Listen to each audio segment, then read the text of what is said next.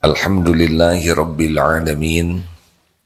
Alhamdulillahilladzi anzala sakinah fi qulubil mu'minin liyazdadu imanan ma'a imanihim.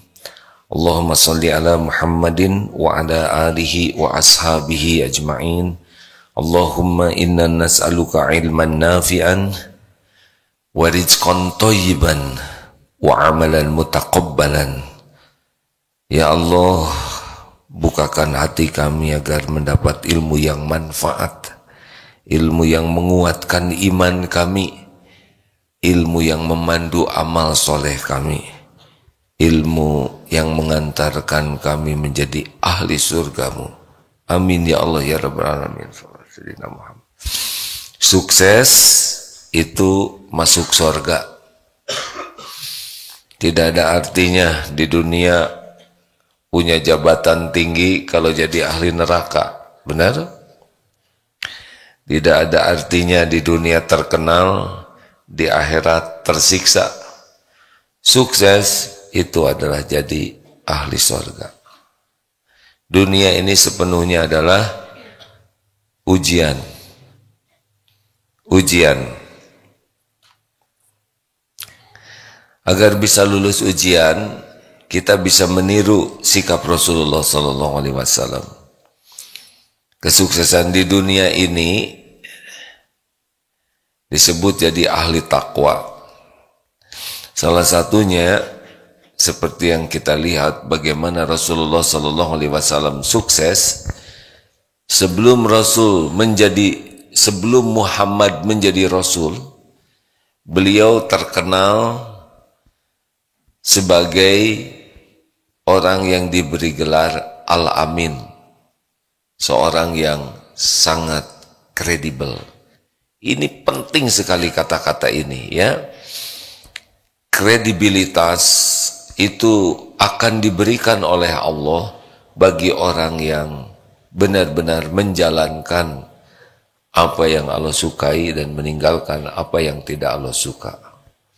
Jadi kalau kita taat, kita tidak membangun kredibilitas, tapi kita akan jadi manusia yang sangat terpercaya. Kalau belanja, mau ke pedagang tukang bohong atau pedagang terpercaya? Begitulah. Kalau punya suami, akhwat, mau punya suami tukang tipu atau suami yang jujur terpercaya? Mau punya suami pembohong? Mau tidak? Tidak. Semua orang menyukai orang-orang yang jujur terpercaya. Bahkan katanya penjahat juga cari temannya yang jujur. Aneh. Kamu harus jujur. Gitu kata penjahat. Padahal mereka sedang berencana nipu. Tidak boleh ada yang bohong. Coba ini, bagus ini. Raja penjahat ngomong begitu. Benar? Kok ngangguk hadirin? Seperti yang pernah diajak ngobrol.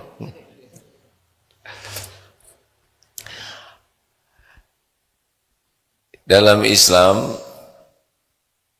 sifat Rasulullah SAW, satu sidiq, dua amanah, 3 fatonah, 4 tabligh.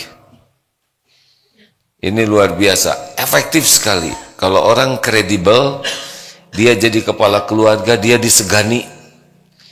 Seorang yang kredibel, kalau dia jadi seorang pemimpin, dihormati, dipatuhi. Kalau dia jadi seorang pedagang, yang kredibel itu laku. Nabi Muhammad muda itu keren sekali. Tidak ada yang ragu kepada beliau. Setiap perkataannya diyakini kebenarannya. Setiap janji orang yakin pasti ditepati. Setiap diberi amanah tidak pernah berkhianat. Luar biasa, percaya. Orang-orang Mekah kalau pergi menitipkan kuncinya kepada Muhammad, di antaranya begitu. dan para investor berlomba-lomba menitipkan modalnya. Kalau pembeli senang bertransaksi dengan Muhammad sebagai pemuda ini, karena benar-benar sangat terpercaya di dalam bisnisnya ini. Berikut ini adalah keuntungan kredibel. Barusan sudah disampaikan ya, orang yang kredibel itu akan berpengaruh. Kalau dia pemimpin disukai dan diikuti. Kalau karirnya orang yang kredibel melesat. Kalau dia seorang suami, istri akan segan dan anak-anaknya. Kalau dia seorang istri yang kredibel, sangat dihormati oleh suaminya, juga anak-anaknya, juga mertuanya. Jadi di mana dia berada, kalau kita punya kredibilitas, kita akan mendapatkan penghormatan yang baik. Dan seorang yang kredibel akan sangat puas dengan kehidupannya. Lalu, apa saja nih yang merusak kredibilitas kita? Satu, ketidakjujuran. Bohong. Sekali kita berbohong, maka kita tidak dipercaya lagi. Walaupun sesudah itu kita bicara benar. Maka jangan pernah berbohong. Sekuat tenaga jangan berbohong. Bohong putih itu yang dibolehkan adalah satu, untuk dalam rumah tangga ini ya, untuk menjaga keharmonisan. Tapi bukan berbohong menyembunyikan kemaksiatan. Tolong digarisbawahi ya. Berbohong ringan sebetulnya bukan bohong asli. Ini misal, bagaimana Pak makanannya lezat? Aslinya kurang lezat. Tapi demi membahagiakan, Masya Allah, baru kali ini menikmati makanan seperti ini. Sebelumnya memang lebih enak, sekarang agak asam. Tapi tidak bisa disebut asamnya. Bapak dibelikan kopiah oleh istri yang ada rumbe-rumbenya ke sini. Sebetulnya kita shock melihat kopiah ini. Gimana menurut Papa? Ini kopiah luar biasa. Akan Papa simpan di lemari sebagai kenangan terindah. Mendamaikan orang yang bersengketa boleh. Adik kakak kurang akur, kita bicara ke kakaknya, Kak, sebetulnya adik itu selalu mendoakan loh Kak. Iya, adik kan selalu doa dalam sholatnya ya, Assalamualaikum ayuhan nabi wa assalamualaikum wa ala ibadillahi sholih. Juga ke adiknya, sehingga kakak dan adik jadi berbaik sangka, tidak apa-apa. Atau yang agak harus berbohong adalah kepada musuh.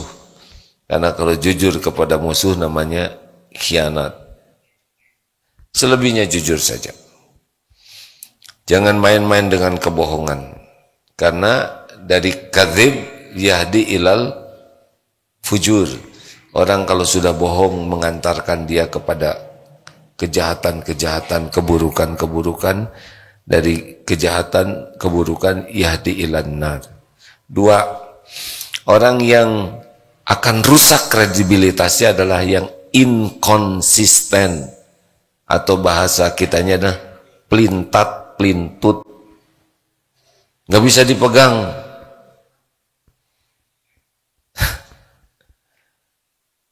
Tapi saya tidak mengerti dalam ilmu polatak politik. Saya bukan politikus dan tidak mengerti kenapa dalam politik itu suka pindah-pindah. Ya, itu bukan dunia saya, jadi saya tidak paham. Tapi yang saya paham, konsisten itu akan sangat kredibel. Jangan pelintat-pelintut. Tahu pelintat-pelintut? Ya pelintat-pelintut ya. Jadi tidak bisa dia ini sekarang ganti lagi itu ngomongnya, ganti lagi, gonta-ganti sehingga kita nggak bisa megang. Kan ada yang Pah, yang mana yang cocok ya Pak ya warnanya? Nanya. Yang biru atau yang kuning bajunya? Itu aja Bu, pakai yang biru. Bagus tuh warnanya ngepas. Tapi yang kuning juga bagus loh Pak. Pas keluar hijau. Nah begitulah dan agak bingung memang. Nanti suaminya yang ditanya, ya teh kumaha ya kan. Nanya yang biru yang kuning, dikasih tahu yang biru maunya yang kuning, tapi yang keluar yang hijau. Udah nggak usah Pak, nggak usah ribut. 3, tidak profesional. Nih dengerin, kita tidak akan percaya kepada orang yang banyak melakukan kesalahan. Coba, ada supir online, tapi kerjanya tersesat terus. Kira-kira mau naik lagi tidak? Mau naik lagi ke sana? Udah 2 kali kita salah jalan, seringnya ke jalan buntu. Kapok. Beli makanan ke seorang pedagang, ternyata salah lagi. Pesan comro, dia kasih misro. Memang bronya sama, tapi dalamannya beda. Makin tidak profesional dalam bekerja, tidak profesional dalam berbuat, makin kurang kredibilitas. Ingat baik-baik ini ya. Orang itu senang kepada yang memuaskan.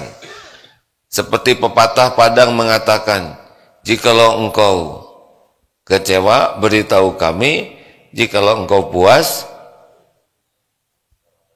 beritahu siapa? Orang lain. Yang membuat memberitahu orang lain itu sebetulnya kekecewaan tongkadinya. Hati-hati hadirin, suami jatuh wibawanya di depan keluarga kalau dia tidak kredibel.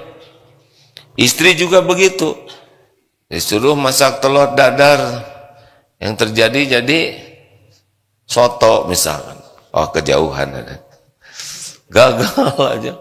Kadang keasinan, kadang terlalu tutung, makin banyak ketidaksuksesan, bukan tidak suksesan, tidak berkualitas yang kita lakukan, kredibilitas kita turun. Jangan main-main, karena dalam Islam, wa ahsinu innallaha yuhibbul muhsinin. Profesionalisme itu adalah perintah Allah. 4, 5. Wah ini bisa turun nih kredibilitas saya enggak? Jadi 4 dan 5 disatukan ya. Yang keempat, tidak memenuhi janji. Hati-hati nih. Sekali kita janji, ya nanti saya datang jam 2. Yang mendengar janji itu ngunci tuh jam 2 tuh, sesuatu sekali. Jam 2 lewat 5 tidak ada. 2 lewat 15, 30. Jam 3 tidak ada. Coba besoknya dia janji lagi. Nanti saya datang jam 2. Percaya tidak? Tidak. Hati-hati dengan janji. Hati-hati dengan janji. Itu hutang. Hancur kredibilitas kita.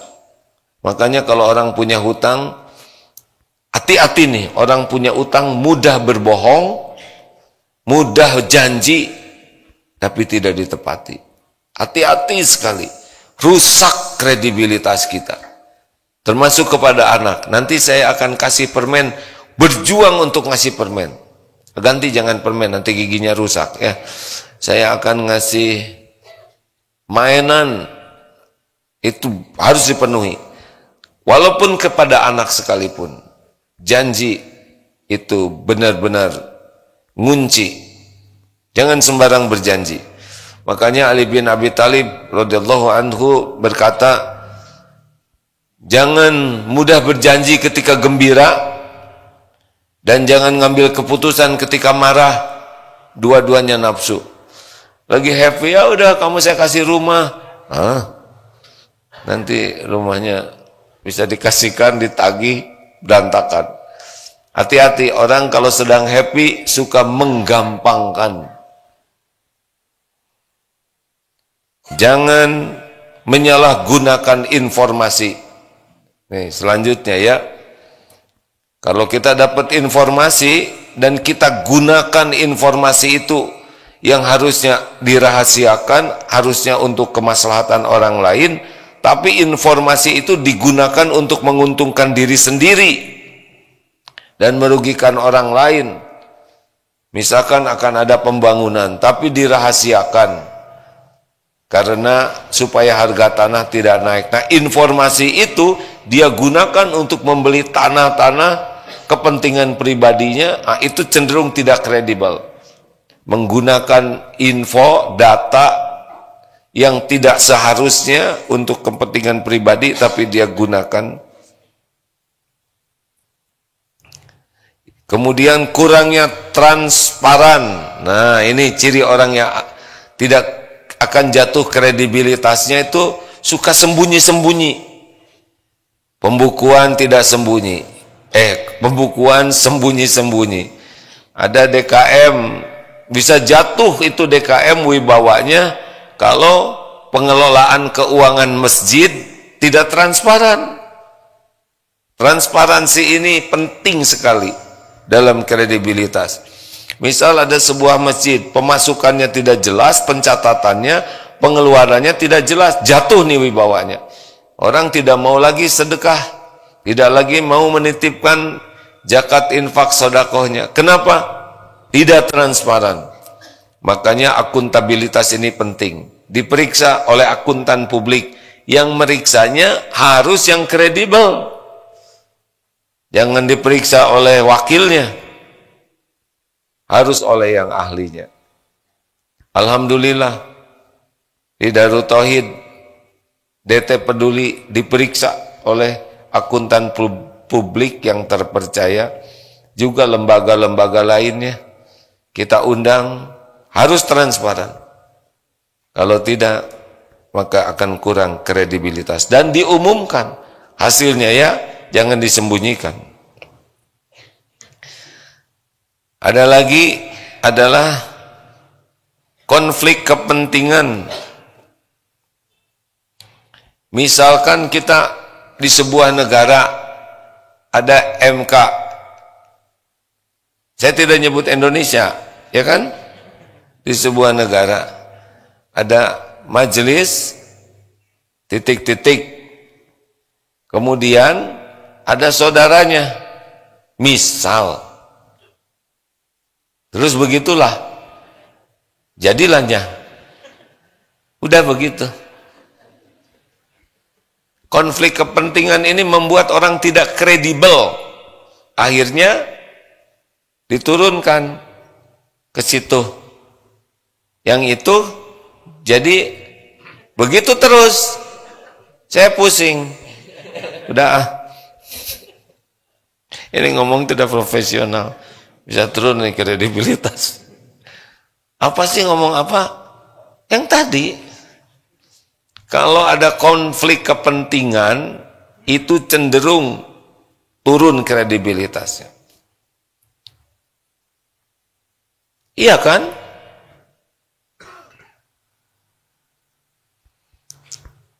Tujuh, kurang terus. Yang kedelapan, gagal menghadapi kritik.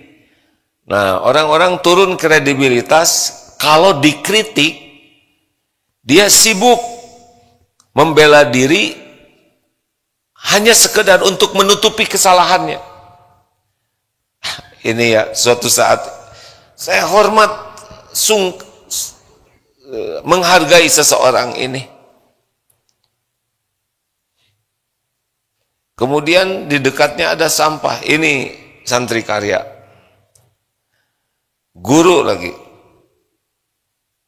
Dek, lihat tidak? Sampah di dekatnya. Kalau di sini kan harusnya TSP. Tahan dari buang sampah sembarangan.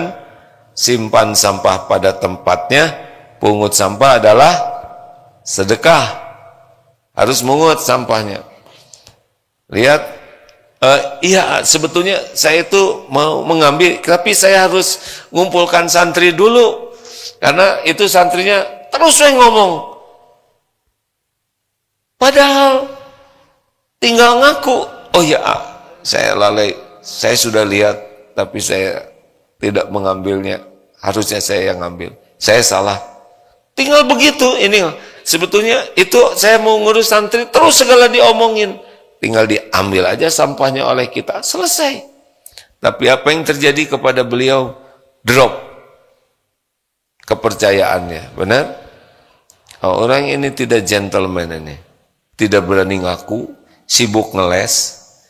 Dengar ya, orang yang sibuk memberikan alasan, padahal dia salah, bukan yang ngaku, maka alasan itu memperjelas kesalahan. Nambah dalam lagi. Tinggal ngaku saja, saya salah, saya sudah lihat tadi, tapi saya lalai, saya masih malas mengambilnya. Saya siap menerima sanksi. Bagus. Daripada sebetulnya mau saya ambil tetapi itu tuh itu jatuh langsung wibawanya. Jangan suka banyak alasan, jangan ngeles. Kalau salah, akui saja salah. Yang kesembilan, tidak berempati dan tidak menghargai orang lain. Ini setiap kali kita bersikap zolim kepada orang lain, turun kredibilitas kita. Karena yang mengangkat kredibilitas adalah adil. Jadi setiap kali kita zolim, menyakiti orang, itu turun. Ini di dunia ini sekarang ada beberapa negara yang asalnya disegani, turun terus sekarang kredibilitasnya di depan rakyatnya, karena mendukung perbuatan tidak baik dari satu kelompok, satu negara, didukung terus menerus, akibatnya turun terus kredibilitasnya. Memang zolim itu akan merusak kredibilitas. Bisa dipahami ini? Betapa kalau kita jadi orang takwa, ini semua ini nggak ada nih. Kita akan jadi orang yang takdirnya insya Allah manusia terhormat. Apa yang harus kita lakukan supaya kita kredibel?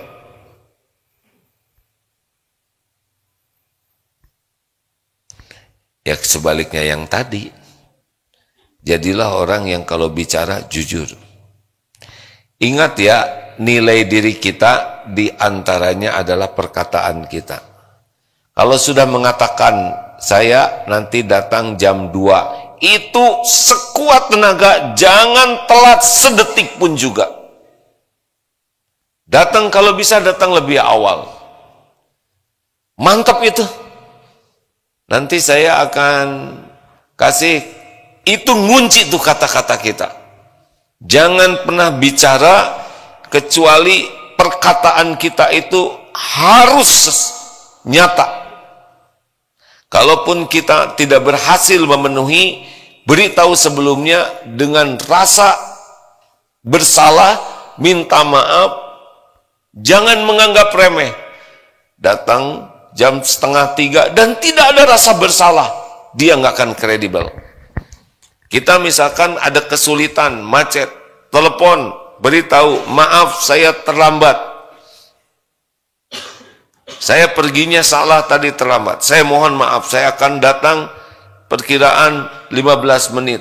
Benar-benar merasa bersalah dan siap memikul konsekuensi, baru dia akan terhormat. Kita tidak akan selalu sempurna memenuhi, tetapi jangan menganggap remeh kebohongan atau sesuatu yang tidak bisa dipegang. 2, konsisten. Perkataan, perbuatan sama, enggak pakai bohong dan enggak pelintat-pelintut. Harus bisa dipegang kita ini. Ingat baik-baik ini. Saya ada beberapa kali ketemu, ya nanti saya ambil, ternyata tidak. Nanti saya bereskan, ternyata tidak. Ini tidak baik. Tidak bisa dipegang omongannya. Konsisten, kata-kata, perbuatan tuh klik, mantap. Rasulullah seperti itu. Enak hadirin. Bahagia itu adalah ketika kita bisa menjaga kehormatan kita. Jangan main-main dengan perkataan. Setuju? Harusnya kalau kita udah bicara sesuatu, orang tuh udah bulat. Dia akan memenuhinya. Enggak ada main-main. Lalu tingkatkan keterampilan kita. Karena kita ini kalau tidak meningkat keterampilan kita, keilmuan, kita akan terus turun kredibilitasnya. Benar? Sekarang ini ada mobil yang lagi laku. Dulu ada Mocin, motor Cina, mobil Cina dulu ya, yang saya nggak boleh nyebut mereknya, ngik-ngok dan sebagainya ada ya. Booming sebentar, sesudah itu gak laku, benar? Karena kualitasnya. Sekarang ini di dunia lagi tren mobil listrik, buatan saya nggak boleh nyebut mobil Cina, tapi Mocin. Sama aja. Kenapa? Karena melakukan improvisasi yang luar biasa, baterainya jauh lebih kuat dan efisien, harganya lebih murah, fitur-fiturnya lebih canggih. Ini tidak mungkin bisa seperti ini kecuali melakukan improvement atau perubahan-perubahan besar. Berapa banyak yang dulu HP berjaya, kan ada HP dulu yang 1 juta umat. Dan sekarang di mana dia? Tenggelam. Datang lagi yang baru. Kenapa? Ini improvisasinya. Ini asalnya HP keren, tapi kalau telat improvisasi, telat mengembangkan diri, jatuh juga. Sederhananya begini, hidup ini berubah terus-menerus.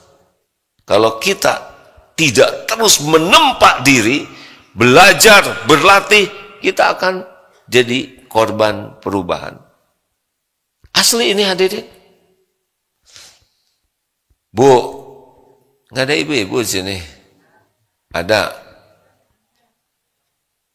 Gini contohnya, masak untuk suami. Wah, ini masakan kesukaan papa. Gudeg spesial. Masya Allah, ini gudeg kesukaan. Hebat si ibu, jago masak, ngerti sekali apa yang disukai suami. Ini saya senang, bahagia. Hari pertama, gudeg. Pujian melimpah ruah. Besoknya, masak lagi gudeg. Pak, ini gudeg. Ya Allah, seperti yang kemarin ya. Aduh, makasih, saya senang banget. Ukur pujiannya berkurang. Besoknya gudeg lagi. Pak, ini masakan gudeg. Oh, gudeg. Sini. Gitu. Hari keempat, Pak, ini gudeg. Hari kelima, Pak, ini gudeg lagi. Ini sebuah penelitian yang tidak bisa dibuktikan kredibilitasnya. Pernah dengar? Ternyata tempe itu bisa membuat orang emosional, lebih emosional. Jadi hati-hati, ini jangan sepotong-potong. Yang mencuplik ini awas, zolim ini ya. Jadi ada penjara mengukur mana yang emosional. Tahanan 1, tahanan 2. Yang satu dikasih tempe. Yang satu dikasih tempe. Besoknya yang satu dikasih tempe. Yang satu lagi dikasih soto. Besoknya ini tempe, yang ini dikasih sate ayam. Yang ini dikasih tempe, yang ini dikasih daging kambing spesial. Yang ini kasih tempe, ternyata yang marah-marah yang mana? Ya. Jadi yang menyebabkan yang marah itu apanya? Bukan tempenya. Itu lagi. Dendam tuh hadirin. Ini emang gak ngerti, terserah. Ada yang ketawa, ada yang gak ketawa. Apa sih ngomong apa katanya? Ini gak kredibel banget. Termasuk yang ngebodor kurang lucu juga gak kredibel. Dia ketawa sendiri. Lanjut. Santri, cik atuh kamera, jangan kamera santri yang tidur ya. Kasihan ibu bapaknya tuh, katanya anak saya lagi tengkurap. Lanjutkan. Hati-hati nih. Harus belajar terus menerus. Tidak bisa tidak. Pokoknya misal ke Darut Tauhid, saya udah cerita ya dulu. Dulu masuk ke sini zaman dulu tanpa mengurangi rasa hormat kepada para pejuang di Darut Tauhid dari awal ya. Dulu kita sederhana sekali pesantren ini. Siapapun lebih sederhana. Dulu kantor pesantrennya juga hanya di ruangan kecil, udah selesai itu. Tapi lama-lama ujiannya menjadi semakin kompleks, menjadi semakin besar, santri makin banyak, karyawan banyak, karyawannya juga beranak pinak. Iya, dulu mah karyawan gak punya anak, udah belum nikah. Sekarang yang jadi santri karya di sini, santri karya tuh karyawan punya anak. Masa orang lain sekolah di sini, anak santri nggak sekolah di sini? Itu kan menjadi lebih rumit tantangannya. Belum lagi segala urusan tidak tertangani kalau dengan ilmu yang tidak meningkat. Jadi yang dulunya bisa menyelesaikan masalah, besok lusa belum tentu bisa menyelesaikan masalah. Bahkan dia bisa jadi bagian dari masalah. Bayangkan, yang asalnya dia menyelesaikan masalah, lama-lama dia jadi sumber masalah. Kenapa? Karena dia mempertahankan, saya ini senior, saya sudah lama nih di sini.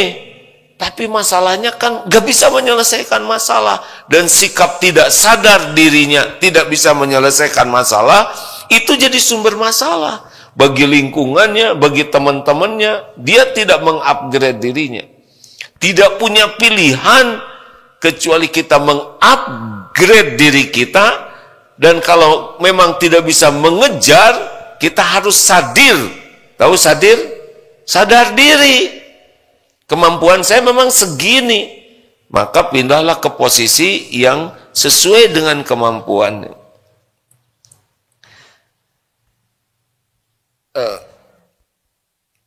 Ada nasihat listen your body. Apa artinya? Dengarkan tubuhmu. Artinya, maaf ya, saya umur udah segini sekarang, udah di atas 60, udah hampir 63 Masehi. Itu beda ini dengan waktu umur 40-an, Pak. Beda dengan 50-an. Sekarang memaksakan diri, hasilnya merusak diri. Betul tidak? Harus sadir. Apa sadir? Lalu temdir. Apa temdir? Tempatkan diri sambil nyengir. Apa nyengir? Tahu artinya nyengir? Begini. Bangun baru. Kenapa nyengir katanya? Ya sudah. Itu profesionalisme. Lanjutkan. Pada tegang nih. Kemudian pokoknya harus belajar terus. Kalau enggak kredibel. Enggak bisa. Kita lewat. Lihat petinju-petinju. Jago-jago akhirnya kalah juga. Benar? Ada waktunya. Mike Tyson kurang bagaimana? Dahsyatnya. Tapi ada waktunya. Dilatih terus tetap. Harusnya pindah Mike Tyson. Kalau ingin tetap eksis jadi pelatih. Itu akan menjadi baik.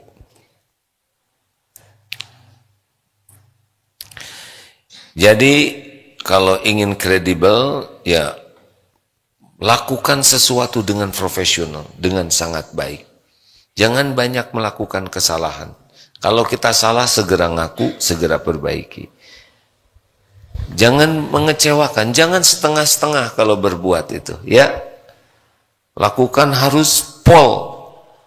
Kalau dalam Islam disebut ihsan, beyond expectation. Mengerti ya? Coba kira-kira mau belanja kemana nih? Mana yang lebih kredibel? Ini ada 2 tukang pisang goreng. 2 berjejer. Kira-kira mau beli ke yang mana ya? Yang ini X, yang ini Y. Nah, yang X ini tulisannya aja jual pisang gor. Itunya nggak cukup. Jadi waktu nulisnya nggak diukur. Di situ. Pernah lihat yang begitu? Yang tulisannya makin kecil. Goreng. Terus nyimpennya agak becek. Pas di tempat genangan. Kacanya kurang bersih. Yang jualannya pakai kaos singlet dan bersin terus.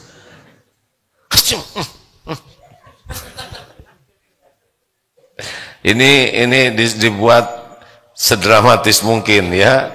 Kira-kira saudara mau beli yang mana? Kalau yang di sebelahnya tuh bersih, gerobaknya pas dilihat bersih, pas lihat tulisannya bagus. Di sini jual pisang goreng. Harganya jelas. Kalau itu kan 500-nya disuruh 50 di sini, nolnya di sini. 500, misal begitu. Yang jualannya rapi, bahkan pakai kopiah haji, pakai celemek, pakai sarung tangan, masker. Yang itu, apa sih ini? Begitu lah. Lihat begitu saja udah ketahuan. Kita mau kemana, benar? Pas beli, kembaliannya langsung ada. Ditambah yang ini, yang berapa beli 10, tambah 2. Kenapa ditambah? Enggak apa-apa. Yang itu ukurannya tidak standar. Yang kecil gitu, yang gede. Udah gitu cengeknya cuma 2. Kalau ini bro, yang ini plastiknya atau kan pakai kertasnya bersih. Ini nyari kantong kresek bekas dari kolong gerobak. Inilah lumayan lah. Udah jelas ya? Kira-kira mau beli kemana? Jelas kan? Apa yang menyebabkan? Kalau di dalam ilmu profesionalisme disebut sigma kepuasan. Lihat puas, baca puas, lihat pedagangnya puas, berinteraksi puas, sopan pedagangnya. Kalau yang tadi, wah beli, apa sih? Tinggal milih aja, ngajak duel. Kalau yang ini silakan, diantarkan dengan baik, dikasih tambahannya. Terima kasih Pak. Kalau yang ini, ya sudahlah sana, beli cuma 2 banyak ngomong. Kira-kira puas, langsung kredibel.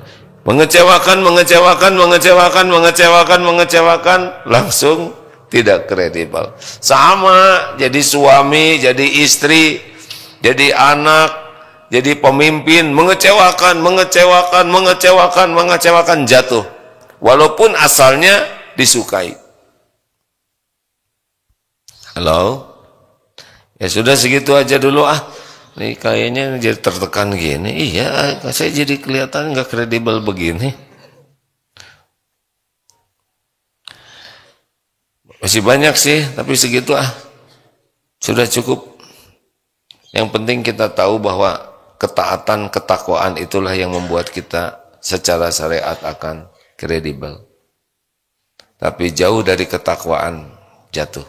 Tadi yang kalau dibahas tadi itu, kalau dibahas tentang perintah-perintah Allah, ya seperti itu. Al-Baqarah 195, wa ahsinu innallaha yuhibbul muhsinin. Dan berbuatlah yang terbaik. Bicara yang terbaik. menjelaskan yang terbaik dengan data-data terbaik, udah itu kredibel. Ini kita punya presiden baru. Nggak usah ngomongin negara kita. Pokoknya sebuah negara. Tiap 5 tahun kan ada presiden, benar? Berapa banyak di antara kita pempilkadal? Tahu pilkadal? Pemilihan kepala daerah langsung, disingkat pilkada. Berapa banyak yang asalnya dipilih dan ujungnya jadi dicaci, betul? Kenapa? Ya, kredibilitasnya ini. Di antaranya itu. Nabi Muhammad sampai akhir hidupnya terus melesat kemuliaannya. Karena terjaga kredibilitasnya.